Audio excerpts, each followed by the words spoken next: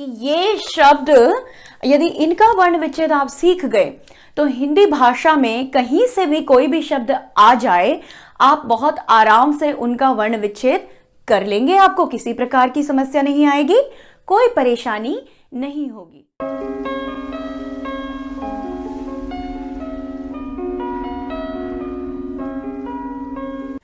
नमस्कार, मैं डॉक्टर रक्षा मेहता अपने YouTube चैनल में आप सभी का स्वागत करती हूं। आज हम जिस विषय पर चर्चा करने जा रहे हैं वह प्रतियोगी परीक्षाओं की दृष्टि से बहुत बहुत बहुत महत्वपूर्ण है। और इसके अतिरिक्त मैं तो कहूंगी कि हर बच्चे को ये बात पता होनी चाहिए, क्योंकि हिंदी भाषा का आधार जो है, आधारशिला यानी कि फाउंडेशन, जब फाउंडेशन यानी कि आधारशिला मजबूत होती है तभी हम कोई भाषा सीख सकते हैं।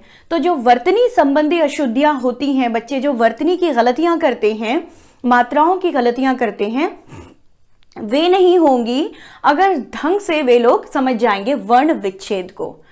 और वर्ण विच्छेद को भली भांति समझने के लिए जो जो महत्वपूर्ण चीजें, जैसे कि वर्णों में स्वर, व्यंजन, मात्राएं, 12 खड़ी, र के रूप, री किसे कहते हैं, और पंचमाक्षर, अनुस्वार, अनुनासिक, जो भी महत्वपूर्ण विषय आप लोगों को समझने हैं, आपको उनका ज्ञान होना चाहिए, तो ही आप भली भांति वर्ण विच्छेद कर सकते हैं। तो जो भी मैंने चीजें अभी बोली, जो भी मैंने संकल्पनाएं यानी कि कॉन्सेप्ट्स अभी बोले, उन सब का लिंक मैंने डिस्क्रिप्शन बॉक्स में डाल दिया है। आप उन्हें भी जरूर देख लीजिए। और अगर आपका वह विषय पूरी अच्छी तरह से आप पारंगत हैं उन विषयों में, तो बिल्कुल भी देखने की आवश्यकता नहीं है। लेकिन कहीं भी आपको लगता है कि आप उन विषयों में पारंगत नहीं हैं, तो कृपया डिस्क्रिप्शन बॉक्स में जाकर उन लिंक्स को क्लिक कीजिए और वे सारी वीडियोस देखिए। और वर्ण विच्छेद के लिए मैंने लिए हैं बहुत ही कठिन शब्द, मतलब कागज, कमल, किताब, सिताब, सीता, गीता, ये शब्द मैंने नहीं लिए हैं। मेरा प्रयास रहा है कि मैं वे शब्द लूं जो कठिन हैं, जो प्रतियोगी परीक्षाओं की दृष्टि से महत्वपूर्ण हैं और जिनकी संकल्पनाओं का ज्ञान आप लोगों को होना चाहिए, ताकि आप प्रतियोगी परीक्षा में पूरे अंक प्राप्त कर लें। मैं ऐसा मानती हूं कि ये शब्द यदि इनका वर्ण विच्छेद आप सीख गए तो हिंदी भाषा में कहीं से भी कोई भी शब्द आ जाए आप बहुत आराम से उनका वर्ण विच्छेद कर लेंगे। आपको किसी प्रकार की समस्या नहीं आएगी, कोई परेशानी नहीं होगी। तो हम सीख लेते हैं। और जिन जिन चीजों का ज्ञान मैंने कहा आवश्यक है, आपको उनका ज्ञान तो आपको जुटाना ही होगा, उसके बाद हम सीख सकते हैं। तो सबसे पहला शब्द जो है वह है दिव्यांग। दिव्यांग, तो जहां भी अनुस्वार होता है, जब बच्चा छोटा होता है, कह लीजिए कि पहली, दूसरी, तीसरी और 5वीं, 6ठी कक्षा तक, बच्चों को जो अंग हम हिंदी वर्णमाला में पढ़ते हैं, अंग से अंगूर, उससे लिखवा दिया जाता है। लेकिन जब बड़ी कक्षा में बच्चा होता है, 7वीं, 8वीं, 9वीं, 10वीं, 11वीं, 12वीं, और विशेष रूप से जब वह प्रतियोगी परीक्षाएं लिख रहा होता है, तब उसे अंग का प्रयोग न कर। और हाँ, अनुस्वार, अनुनासिक वाली वीडियो में और जो भी मैं वीडियोस डालती हूँ, मुझे अनेक प्रकार की टिप्पणियां मिलती हैं, जो टिप्पणी बक्सा में आप लोग पूछते हैं। आप पहले वीडियो को ध्यान से देखा कीजिए, समझा कीजिए कि जब मैं अनुस्वार समझा रही हूं तो मैं कहती हूं कि जब हम अनुस्वार लगा देते हैं यहां पर, तो हमें जो वर्ग हैं, वर्ण, अनुस्वार का अगला वर्ण कौन से वर्ग का है, ये ध्यान में रखना है। उसके पंचमाक्षर का प्रयोग हमें वर्ण विच्छेद में करना है। देखिए, मैं आपको समझाती हूं कैसे। पहले मैं लिख देती हूं,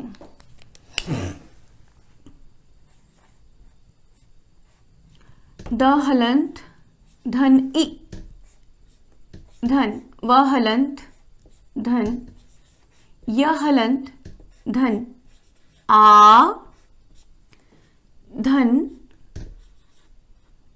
ङ हलंत धन, ग हलंत धन, अ।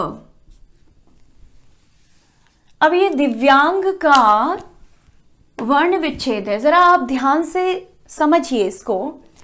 द में हलंत धन इ, ये बन गया दी, ठीक है।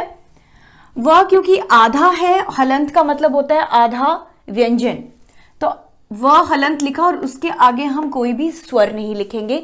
जब तक हम स्वर नहीं लिखते तब तक वह व्यंजन आधा माना जाता है।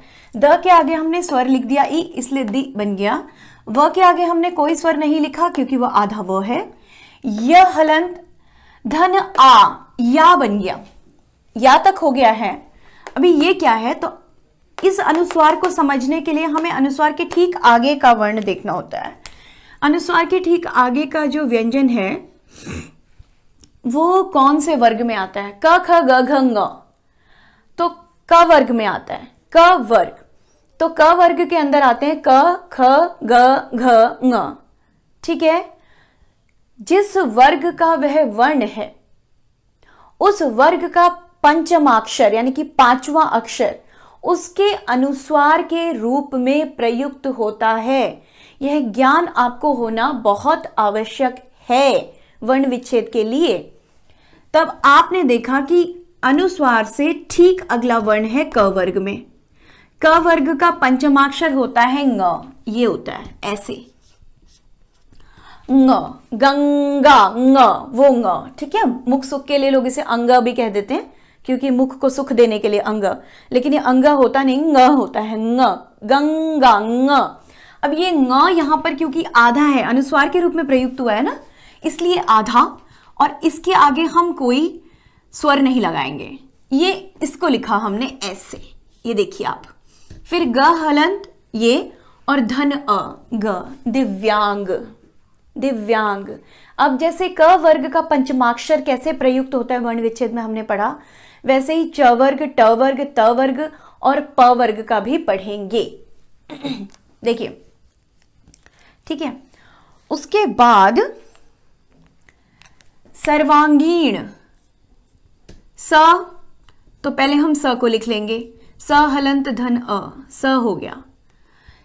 उसके बाद क्या आ रहा है, जब आप सर्वांगीण बोलते हैं तो स के ठीक बाद आता है र, तो र क्योंकि रेफ है और रेफ का मतलब होता है आधा र,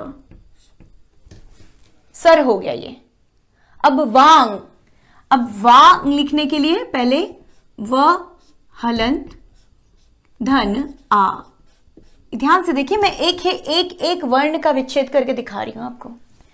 स हलन जोड़ा स, सर्वा, सर। अब ये र पूरा नहीं है, आधा है क्योंकि रेफ है। र हलंत वा, व हलन जोड़ आ, सर्वा।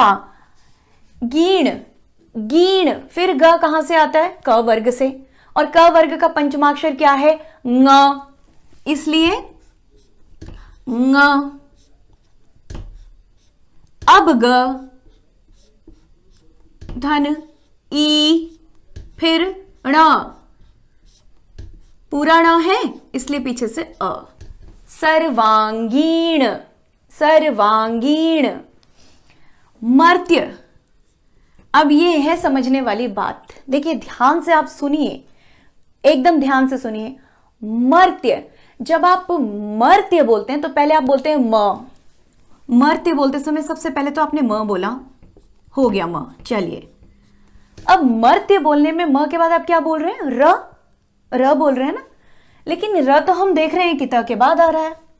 तो उसका नियम यह होता है कि क्योंकि अक्षर आधा है यानी कि अपाहिज है, यानी कि वो हैंडीकैप्ड है। क्योंकि वह अपाहिज है इसलिए वो अपने कंधे पर किसी को बिठा नहीं सकता। मर्त्य का आधा त, मरता ही नहीं है ना, मर्त्य है, आधा त अपने कंधे पर र को बिठा नहीं सकता। तो उसने क्या बोला? य को, उसने य को बोला भाई तुम पूरे हो, तुम इसका बोझ ले लो, मैं नहीं ले सकता, आएगा ये मेरे ही ऊपर, लेकिन क्योंकि मैं आधा हूं इसलिए मैं इसको तुम्हें सौंप देता हूं, तुम इसे अपने कंधे में उठा लो। तो त ने क्या किया? कैरी फॉरवर्ड कर दिया य के ऊपर, लेकिन बोला क्योंकि र त से पहले जाता है, मर्त्य, तो र ही पहले लिखेंगे। यहां करते हैं बच्चे गलती, जब प्रतियोगी परीक्षाएं लिखते हैं ना, यहां होती है गलतियां। अब ये रेफ तक हो गया है। अब रेफ के बाद हम य को नहीं कंसिडर करेंगे, य का ध्यान नहीं रखना है, त का ध्यान रखना है। मर्त्य, मर्त्य नहीं, मर्त्य, तो त भी क्योंकि आधा है इसलिए इसके आगे कोई स्वर नहीं लगेगा। उसके बाद य हलंत धन अ। देखिए मरते कैसे लिखते हैं, यही छोटी छोटी चीजें हमें अपनी बुद्धि में रखनी है। संघर्ष, अब दोबारा स हलंत धन अ, स हो गया। अब अंग नहीं लिखना है, यहां पर क्या लिखना है, कहां ध्यान देना है हमें, अनुस्वार का अगला व्यंजन का वर्ग। अनुस्वार के अगले व्यंजन का वर्ग है क वर्ग, क ख ग घ ङ। घ क वर्ग में आता है और क वर्ग का पंचमाक्षर ङ होता है। संग तक लिख लिया हमने। अब घर्ष, घ हलंत धन अ, घ तक लिख लिया। रेफ यानी कि आधा र, कोई इसके आगे स्वर नहीं आएगा, और फिर श धन अ। संघर्ष, देखिए संशोधन। अब संशोधन में पहले स तो लिख लें। अब अनुस्वार का क्या करें, क्योंकि ये जो शोधन है ना, ये शोधन का जो श है ना, ये क वर्ग में आता है, ना च वर्ग में आता है, ना ट वर्ग में आता है, ना त वर्ग में आता है, ना प वर्ग में आता है। तो क्या करेंगे, तो हम ये करेंगे कि हिंदी एक वैज्ञानिक भाषा है। ये याद करेंगे हम कि हिंदी एक वैज्ञानिक भाषा है। इसे जिस प्रकार बोला जाता है ठीक उसी प्रकार लिखा जाता है। अब हम बोल के देखेंगे संशोधन। तो जब हम संशोधन बोल रहे हैं तो अंदर कौन सी ध्वनि आ रही है अनुस्वार की जगह, न की ध्वनि आ रही है। सन शोधन, ये क्योंकि आधा अनुस्वार है। शो ओ धन ध न, संशोधन। प्राकृतिक, अभी देखिए इसमें एक प्र में एक र है और एक क के नीचे जो लोग सोचते हैं कि ये भी र है, ये तो बिल्कुल र नहीं है, ये है री, तभी ये प्राकृतिक है। प्राकृतिक, ठीक है। तो अब प्राकृतिक जब हम लिखते हैं तो यहां होता क्या है ना बच्चों, यहां ऐसा होता है कि सब लोगों को दिखता है प पूरा, दिख रहा है ना प पूरा आपको, लेकिन र दिख रहा नहीं है। तो बच्चे सोचते हैं, बड़े भी सोचते हैं कि प्राकृतिक में प पूरा है और र आधा है। फिर मैं नियम बताऊंगी जो मैं पहले कई बार कह चुकी हूं कि जो पूरा है वही अपने कंधे पर आधे को उठा सकता है। जो खुद ही आधा है, खुद ही अपाहिज है, वह अपने कंधे पर भला किसी को कैसे उठा सकता है। तो कंधे पर चढ़कर बैठा कौन है, र की प, आप बताइए। प ऊपर है तो र के कंधे पर चढ़कर बैठा है। और जिसके कंधे पर चढ़ते हैं वह आधा होता है कि पूरा होता है, वो कैपेबल होता है, वो सक्षम होता है, इसलिए र है पूरा। ये अगर हमने दिमाग में बिठा लिया कि आधा कंधे पर नहीं बिठा सकता, पूरा ही कंधे पर बिठा सकता है, तो हमेशा याद रहेगा हमें कि जो वर्ण नीचे है वह पूरा है, तभी उसने अपने कंधे पर आधे को उठाया हुआ है। तो प को अब हम समझ गए कि आधा है क्योंकि वो र के कंधे पर चढ़ बैठा है, इसलिए प के आगे कोई स्वर नहीं लगेगा, वो आधा है। अब हम पढ़ेंगे रा, तो र हलंत धन आ धन क्री। अब हमें क्री लिखना है, तो क हलंत और मात्रा कौन सी, री की, क्योंकि री जो है वह स्वर है। प्राकृतिक, त हलंत धन इ धन क हलंत धन अ, प्राकृतिक, ठीक। ट्रक, दोबारा ट पूरा दिख रहा है लेकिन हम टरक नहीं बोलते, एक तो ट्रक बोलते हैं, और दूसरा कंधे पर किसने उठाया है, र ने कि ट ने, र ने ट को, तो ट आधा र पूरा। ट आधा, उसके आगे कोई स्वर नहीं, फिर र आधा लेकिन वो पूरा है इसलिए उसके आगे अ लगेगा। ट्र क हलन धन अ, ट्रक। आर्द्र, ये देखिए आर्द्र। अब इसमें बच्चे पता है क्या करते हैं, आ है ना, पहले ऐसे लिखते हैं अ, ऐसे मैंने क्या क्या इसमें गलतियां करते हैं बच्चे, अ में हल चिन्ह लगा देते हैं। देखिए स्वरों में कभी भी हल चिन्ह नहीं आता है, क्योंकि स्वर तो अपने आप में पूर्ण है, स्वर के बिना कोई व्यंजन बोला ही नहीं जाता, तो स्वर आधा कैसे हो सकता है। स्वर की सहायता से तो व्यंजनों का उच्चारण होता है, इसलिए स्वर कभी आधा नहीं होता। इसलिए अ हलन, अ आ ई उ रि ए ओ और दो अयोगवाह जो है अंग अह, उनमें कभी हल चिन्ह लग ही नहीं सकता, कभी हलंत नहीं आता है, किसी कीमत पर आ ही नहीं सकता, नियम के विरुद्ध है। ठीक, एक तो हम ये नहीं लिखेंगे इसलिए। फिर एक दूसरा बच्चे क्या लिखते हैं, अच्छा आ है तो लिखते हैं अधन अधन आ हो गया है, ऐसा वो सोचते हैं। ये हम संधि नहीं कर रहे हैं, संधि में ऐसे होता है अधन अ, जब दो वर्ण हम मिलाते हैं, पहले शब्द का अ और दूसरे शब्द का प्रारंभिक अ, वो मिलकर जो होते हैं आ हो जाते हैं। तो ये संधि नहीं हो रहा है यहाँ पर, यहाँ वर्ण विच्छेद हो रहा है। यहाँ पर होता है व्यंजन लिखना और उस व्यंजन को सहारा देने के लिए उसके आगे स्वर लिखना। अब ये तो खुद ही स्वर है, इसे किसी का सहारा नहीं चाहिए, ये स्वतंत्र है, मुक्त है, ठीक है, ये आत्मनिर्भर है, इंडिपेंडेंट। तो इसको करने की जरूरत नहीं कुछ भी, आपको सीधा लिखना है, आ है तो आ ही लिखना है, ऐसे आ हो गया। आर्द्र आर्द्र, अब हम इस र की बात कर रहे हैं तो ये है रेफ, इसलिए आधा र। फिर हम कह रहे हैं द्र, फिर हमें द पूरा दिख रहा है, लेकिन क्या द पूरा है? द तो किसके कंधे पर चढ़ बैठा? चढ़ बैठा र के कंधे पर। आर्द्र, तो हम क्या करेंगे? आर्द्र, द हलंत धन र हलंत धन अ, आर्द्र, ऐसे लिखेंगे, ठीक है। श्रृंगार, अभी ये सबसे ज्यादा भ्रांति हो जाती है यहां पर, श्रृंगार का वर्ण विच्छेद करने में जो बहुत भ्रांति उत्पन्न होती है, इसलिए ध्यान से देखिए।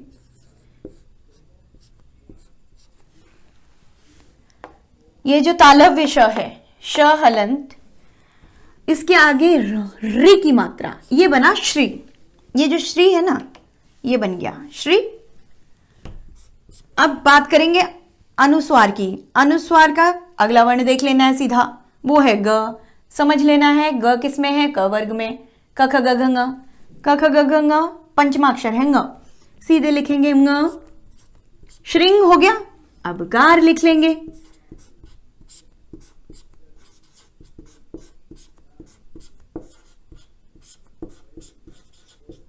श्रृंगार, देखिए अब आ गए हम कंचन में। कंचन में सबसे पहले हम क की बात कर लेंगे, क हलंत धन अ, क हो गया हमारा। अब हम फिर से अनुस्वार की बात करेंगे। जब हम अनुस्वार की बात करेंगे तो हम अनुस्वार के आगे वाला व्यंजन देख लेंगे, वो होगा च। च है च वर्ग में, च छ ज य। पंचमाक्षर कौन सा है? ञ। पंचमाक्षर ञ है, इसलिए क ञ, ये देखिए ये हो गया, ये हमने लिख लिया इसको। अब हम आ जाएंगे च पर, च हलन धन अ धन न हलन धन अ। कंचन, कंचन, दुर्व्यवहार, दुर्व्यवहार। पहले तो हम बात कर लेंगे दु की, तब हम लिख लेंगे द हलंत धन उ, दु हो गया अब हमारा। अब दुर्व्यवहार, तो दु के ठीक बाद हम क्या बोल रहे हैं? र बोल रहे हैं, लेकिन र व के ऊपर क्यों नहीं है? वह आधा है। वह ने कहा मैं नहीं उठा सकता, यह भैया आप ले लो, र को मुझसे नहीं होता, ऐसे कहा उसने, इसलिए वो चला गया उधर। लेकिन उच्चारण कैसे हो रहा है? फिर वही, हिंदी एक वैज्ञानिक भाषा है, इसे जैसे उच्चारित करते हैं ठीक वैसे ही इसको लिखते हैं। दुर्व्यवहार, तो मैं र बोल रही हूं तो मैं र लिखूंगी, र क्योंकि आधा है, हलंत लगाकर कुछ भी नहीं लिखूंगी इसके आगे। दुर्व्यवहार, वह भी आधा है, कोई स्वर नहीं इसके आगे। व्यव, य हलंत धन अ, व्यवहार, वह भी पूरा है, और हार, ह हलंत धन आ धन र हलंत धन अ। दुर्व्यवहार, दुर्व्यवहार। दंडित, अब हम दंडित पे आ गए। पहले हम द की बात कर लेंगे, द हलंत धन अ, द हो गया। अब फिर हम यहां जाएंगे। अच्छा, अब जब हम बोल रहे हैं दंडित, तो दंडित बोलते समय हमें न की ध्वनि सुनाई दे रही है, तो दंडित जब हम बोल रहे हैं, लेकिन अगर हम यहाँ लिख देंगे न हलंत, जो हो जाएगा गलत। क्यों गलत हो जाएगा? क्योंकि हमें क्या करना है, अनुस्वार का ठीक अगला वर्ण देखना है। अनुस्वार का ठीक अगला वर्ण है ड, डी। ड किस में आता है? ट ठ ड ढ ण, ट वर्ग में। ट वर्ग का पंचमाक्षर है ण। तो अब हम कैसे लिखेंगे इस अनुस्वार को? ऐसे। फिर ड, ड में मात्रा कौन सी है? इ की, इसलिए ड हलंत धन इ, त हलंत धन अ, दंडित। देखिए, दंडित, ठीक ना। अब संबंधित, संबंधित। अब पहले हम लिख लेंगे, स की बात कर लेंगे। स हलंत धन अ, स हो गया। अब फिर स के ऊपर अनुस्वार है, हमें क्या करना होता है? अनुस्वार का अगला वर्ण देखना होता है। अगला वर्ण है ब। ब किस में आता है? प फ ब भ म। प वर्ग में आता है। प वर्ग का पंचमाक्षर म है। संबंधित, ब की बात कर लेंगे। बंधित, फिर आ गया अनुस्वार। अब फिर अनुस्वार आया, उसका अगला है ध। अब ध कहां पर है? त थ द ध न, त वर्ग में पंचमाक्षर न। संबंधित,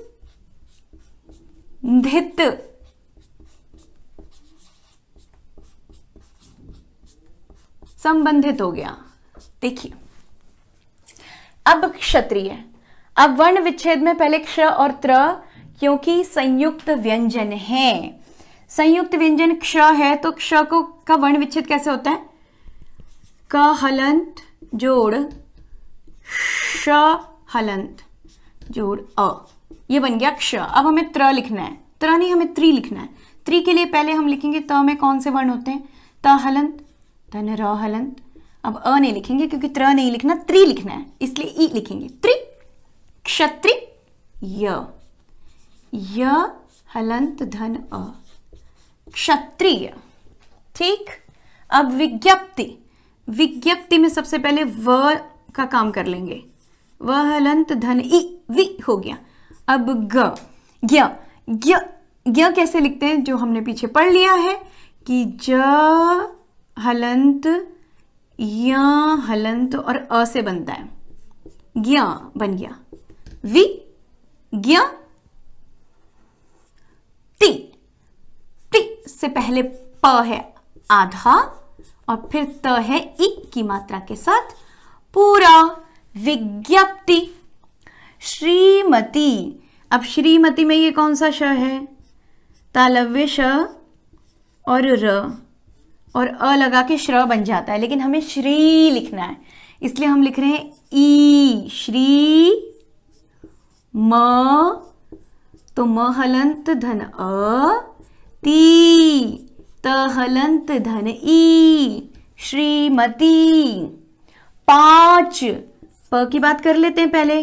प हलंत जोड़ आ के ऊपर अनुनासिक, पा,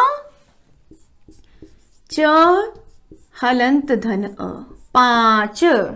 जहाज, इसमें नुक्ता है दूसरे वाले ज में, पहले वाले में नहीं है। ज हलंत धन अ, ज ह हलंत धन आ, हा, ज हलंत धन अ, जहाज। हृदय। हृदय, अभी ऐसा है ना, केंद्रीय हिंदी निदेशालय के मानक शब्दकोश में आप जब देखते हैं तो उसमें जो शब्द हैं जिसमें संयुक्ताक्षरों का प्रयोग होता है, 2 व्यंजन जो एक साथ लिखे जाते हैं उनको हलंत मतलब हल चिन्ह डालकर और आगे लिखा जाता है। जैसे विद्या, ऐसे ना लिखकर,